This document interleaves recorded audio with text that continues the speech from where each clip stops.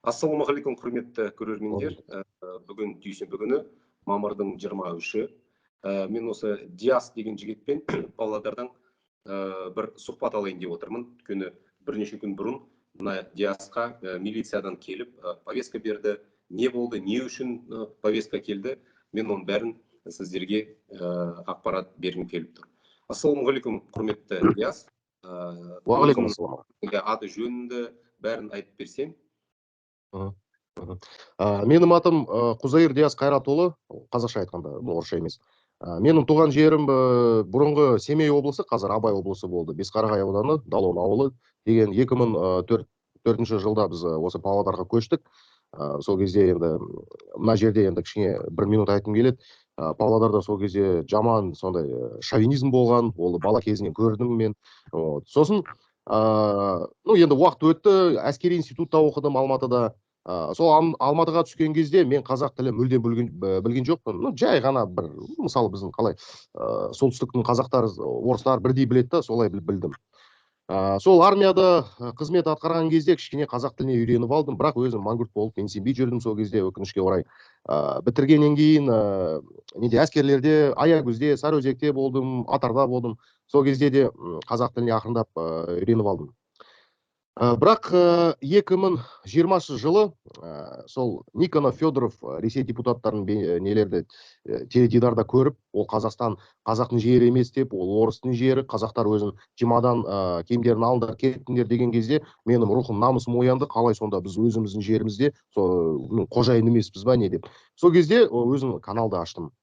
Содан бастап 2 жыл болды каналды жүргізіп жатырмын. Енді аға, сіздің нақты сұрағыңыз қандай? Кішкене андай қысқаша өзінің өмір баянды айтып бердім да, сіздің танымайтын адамдар. Жеткілікті, иә, жеткілікті. Бірнеше күн бұрын сен маған шығып осы милициядан повестка келді деп айттың. Сол не үшін повестка? Не үшін? Қазіргі таңда ахуалың не? Енді бәрі білет, мен бір ай Алматыда болдым, сізбен де кездестім, оны неге салдық. Сол кезде негізінде біз екеуміз былай көзбен таныстық. Мен өте ризамын аға, сіз енді кішкене уақыт бөліп кездестіңіз бізбен. Енді сол неден басталды негізі? 9 мамырда Алматы қаласында мен өз бетімен жүрген кезде, анау Family Park деген өзіңіз білесіз, сол жерді маған бірінші сол 2 опер деген, былай айтуға болады, оперативный сотрудниктар келді. Дайын повесткамен, дайын печатімен, дайын уже қол қойған. Сізге қазір бізбен бірге сол ДВД-ға бару керек деп. Мен айттым, не үшін мен барамын, не істеп қойды, мен сол заңды бұздым ба, өз бетімен жүрген адамын. Сіз не үшін паркке барайын деп жатсыз, саябағына, анау деп сұрақтарын қойып. Мен айттым, мен өзім білемін, өз еркін адамын, қай жерге барамын, не істеймін. Мен заңды бұзбай жүрмін, болды. Сол сізде маған құқық жоқ осылай әкетуге.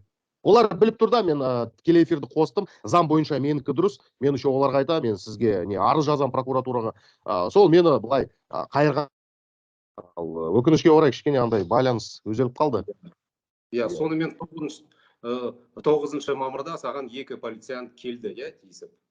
Иә, сол келді, тиісіп, кеттік қайта. Мен айтам, мен заңды бұзған жоқпын, ешқайда бармаймын деп, сол маған повестка берді, онда ертең келіңіз деп. Жарайды, ертең барам дедім. Бүгін негізінде далада демалыс күні, біреуге ол мейрам, маған мейрам емес, бірақ мен сол, егер біздің Қазақстан Республикасымызда мейрам болса, ол мейрам болсын, мен кеттім, короче. Сонымен кет қалдым.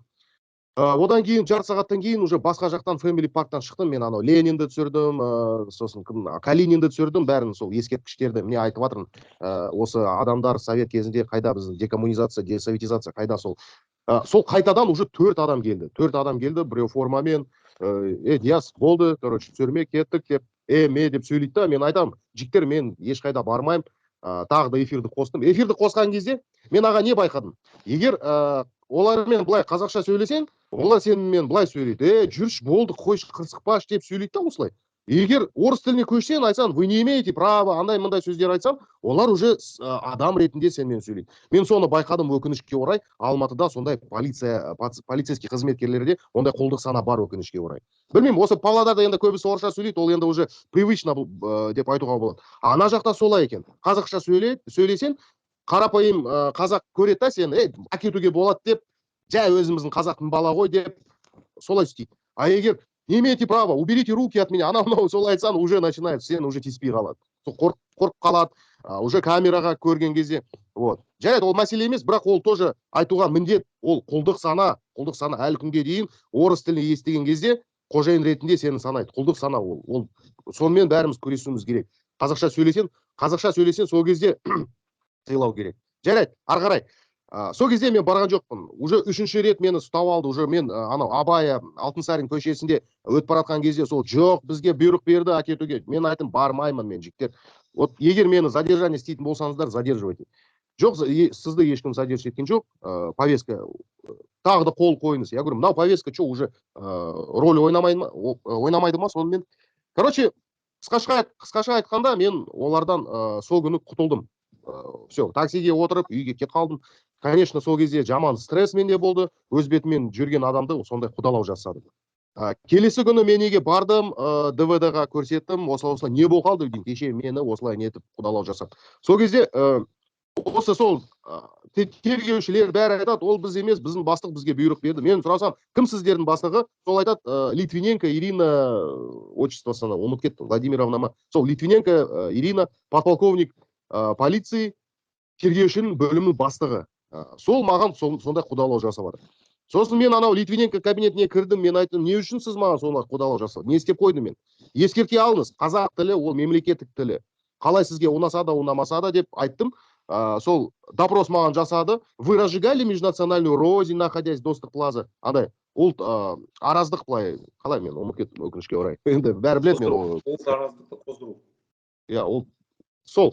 Енді мен айттым, әрине мен ондай істеген жоқпын. Мен андай нацист, фашист емеспін. Мен бәрін ұлттарға бірдей қараймын. Біз бәрі бір мемлекеттің азаматымыз, бір ауруханаға барамыз, соңға барамыз, анда-мында бір неде қатарда очередьте тұрамыз. Не үшін мен бір нені жек көруім керекпін ұлтымды? Сол маған сондай сұрақтарды қоя бермеңіздер. Мен бүкіл тілдерді, ұлттарды бірдей қараймын, бәрін жақсы көремін дедім. Сол болды, допрос жасады, нормально, мен кетіп қалдым. Блогерлер мені далада күтті, сол нелерді айттым. Келесі күні мен прокуратураға, Алматыға бардым. Прокуратурада арызды жаздым сол Литвиненкоға. Заңсыз нелерге маған солай құдалау жасады. Сонымен келесі күні мен Алматыдан Павлодарға кетіп қалдым. Енді Павлодарға келсем, жақсы ондай настроениемен, былай айтуға көңілмен Баянауылға барып келдім. Айтпақшы, сіз сол кезде айттыңыз ғой, Баянауыл сіздің туған жеріңіз деп. Туған жеріңіз дедіңіз ба, или тұрдыңыз ба, кезінде? Қасиетті жер негізі. Маған кішкене ұят болып қалды. Сол кезде мен сізге айттым, бір ретті болған жоқпын Баянауылда. Мен Алматыда, Түркістанда болдым, анда-мында бардым да, бірақ өзім жақын Баянауылда бір рет болған жоқпын. Сол келген кезде, келесі күні мен Баянауылға бардым, Қоңыр-Әулие деген жер, ол менің арнамда бар. Ол қазір мәселе емес. Баянауылдан келгеннен кейін келесі күні маған кімдер кешке біз вообще негізінде мен кішкентай балалармен біз сағат 9-да жатамыз ұйықтауға.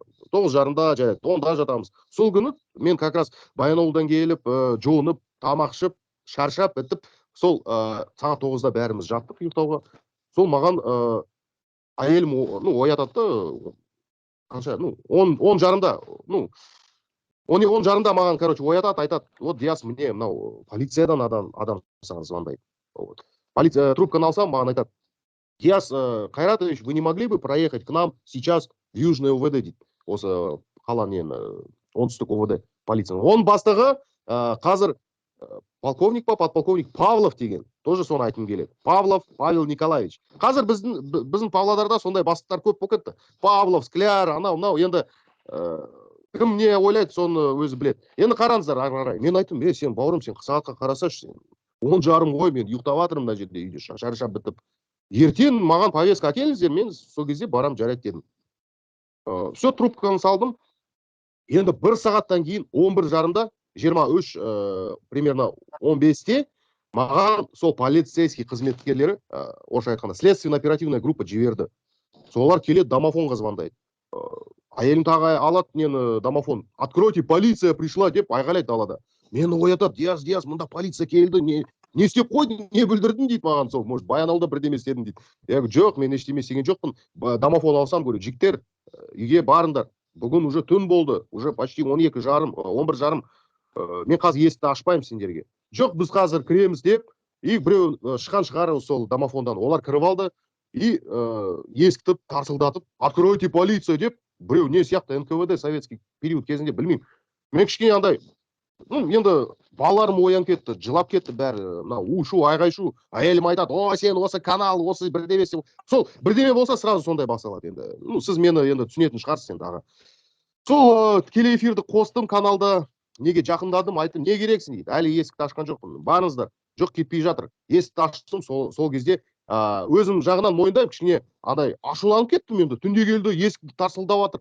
Айттым, не керек деп олармен андай ашуланып сөйледім. Бірақ мен оларды орысша айтқанда не оскорблял деп айтуға болады. Не оскорблял, не мотивил. Боқтаған жоқпын мен оларды. Сендер мынандай деп айтқан жоқпын. Бірақ мен өзім недовольствоны көрсеттім. Не үшін келіңдер деп маған. Не болды деп.